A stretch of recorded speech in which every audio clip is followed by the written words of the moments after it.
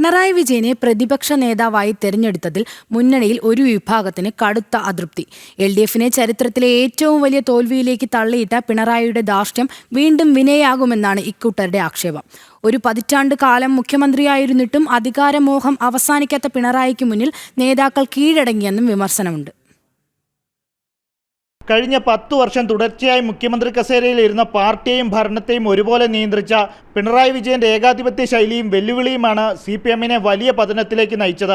പാർട്ടിയെ ഇല്ലാതാക്കിക്കൊണ്ട് ചരിത്രത്തിലെ കനത്ത പരാജയത്തിലേക്ക് നയിച്ച പിണറായിയെ വീണ്ടും പ്രതിപക്ഷ നേതാവായി പ്രഖ്യാപിച്ചപ്പോൾ അണികൾക്കിടയിൽ പുകയുന്നത് കടുത്ത പ്രതിഷേധമാണ്. എന്നാൽ ഭരണപക്ഷത്തെ പ്രതിരോധിക്കാൻ CPMൽ നിന്ന് ജയിച്ചു വന്നവരിൽ പിണറായി വിജയനല്ലാതെ മറ്റാരും പ്രാപ്തരല്ല എന്ന ദയനീയതയാണ് ഈ തെരഞ്ഞെടുപ്പിന് പിന്നിലെ പ്രധാന കാരണം.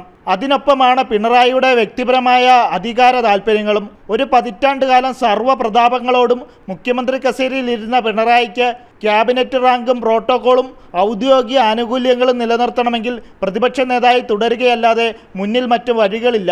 അണികളുടെ ഈ കനത്ത രോഷം അവഗണിച്ചുകൊണ്ട് ക്യാബിനറ്റ് പദവിക്കായി പാർട്ടിക്കുമേൽ പിണറായി വിജയൻ നടത്തിയ ഈ കടന്നുകയറ്റം വരും നാളുകളിൽ CPMൽ വലിയ പൊട്ടിത്തെറികളിലേക്ക് വഴിവെക്കുമെന്ന ഉറപ്പാണ്.